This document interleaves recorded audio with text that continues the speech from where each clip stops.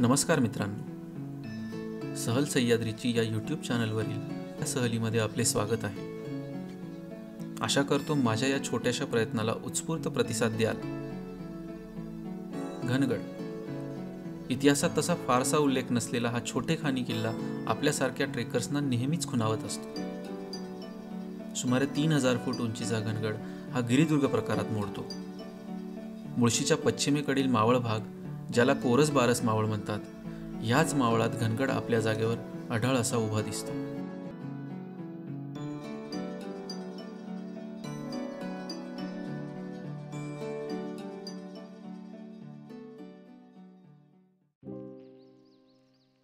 गडावर जाण्यासाठी एकच वाट आहे. ही वाट पायथ्याशी असलेल्या एकोले या गावातून जाते. लोणावळ्यापासून साधारणतः 35 किलोमीटर अंतरावर भांबर्डे हे गाव आहे. भांबर्डे गावापासून 5 ते 10 मिनिटाच्या आत एकोले गाठता येते. गावातून बाहेर पडल्यावर डावीकडची वाट पकडल्यास आपला ट्रेक सुरू होतो.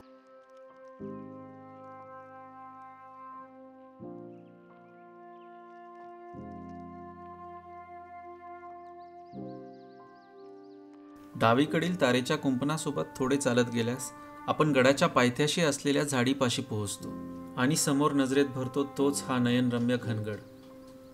घनगड फार मोठा नसला तरी ह्या गडावरील काही वास्तू आणि सौंदर्य नक्कीच मनाला भुरळ पाडते आणि नकळतच घनगडाला पुन्हा जरूर भेट द्यावी ही इच्छा मनामध्ये दाटते.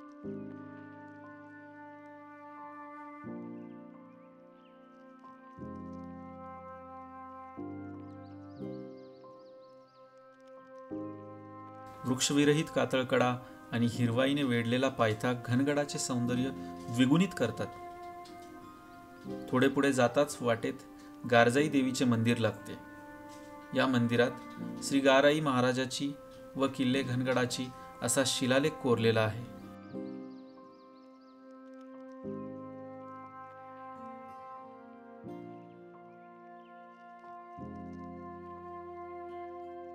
मंदिराच्या डाव्या बाजूने किल्ल्यावर जाणारी वाट आहे. जवळपास 50 मीटर चढून गेल्यावर आपण किल्ल्याच्या पहिल्या प्रवेशद्वारापाशी पोहोचतो. ह्या ठिकाणाहून आपल्याला एकोले गाव आणि आसपासचा परिसर दिसतो.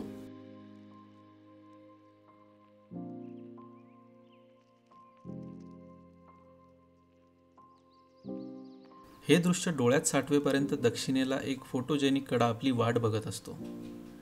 हे ठिकाण बघून एक सेल्फी अथवा सोबत आलेल्या मित्रमैत्रिणींना एक फोटो काढण्याचा हट्ट न करणे हे तर नवलच.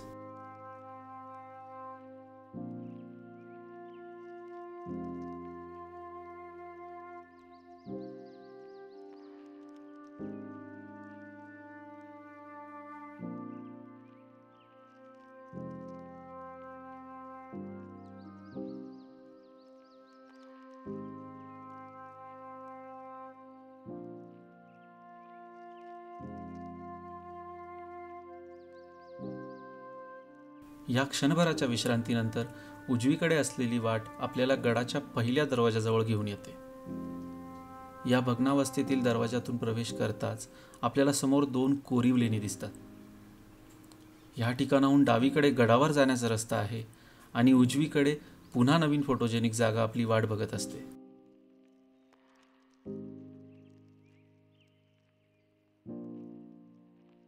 एक प्रचंड मोठा खडक वरच्या कातळातून निसटून खाली आल्यामुळे येथे नैसर्गिक कमान तयार झाली आहे.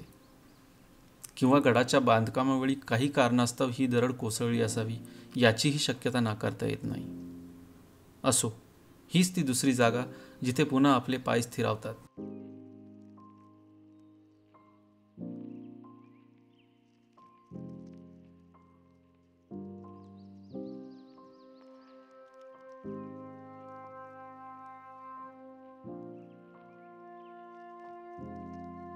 डावीकडे जवळपास 15 फूट उंचीचा कडा आहे.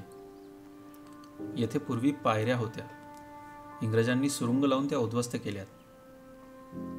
आता येथे लोखंडी शिडी बसवलेली आहे. शिडीच्या शेवटच्या पायरी समोरच कातळात कोरलेले पाण्याचे टाके आहे.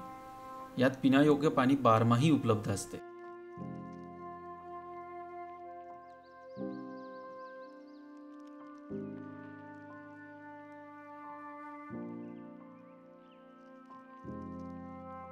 शिडी चढून गेल्यावर कड्याला लागून कातळात कोरलेल्या पायऱ्यांची पायवाट लागते। या वाटेने पुढे गेल्यावर आपण घनगड व बाजूचा डोंगर यामधील खिंडीच्या वरच्या भागात पोहोचतो।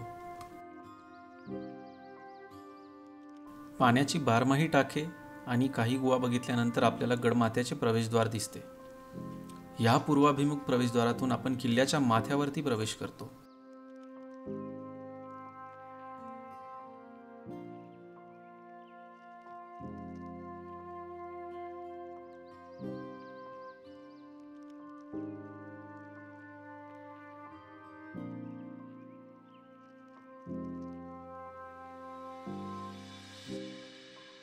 माथ्यावर पोहोचल्यावर डावीकडे प्रचंड मोठा बुरुज आहे।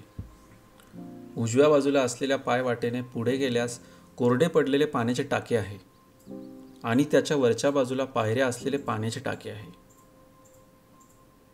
डोंगर माथ्यावर काही वस्तूंचे अवशेष देखील आहेत।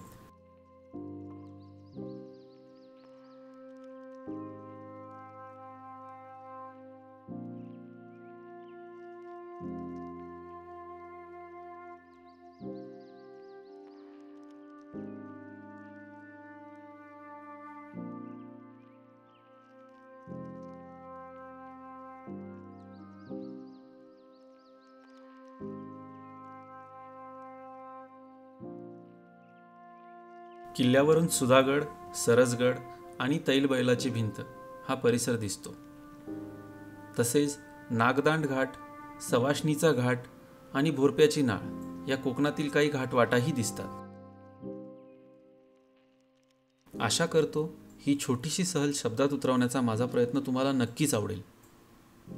ही सहल आवडल्यास नक्की लाईक करा आणि मित्रमैत्रिणींना शेअर करायला विसरू नका। काही सूचना असतील तर कमेंटमध्ये जरूर कळवा। नयनरम्य सह्याद्री आणि विविधतेने नटलेला निसर्गसंपन्न महाराष्ट्र नक्कीच आपणाला भटकंतीचे वेड लावो ही सदिच्छा।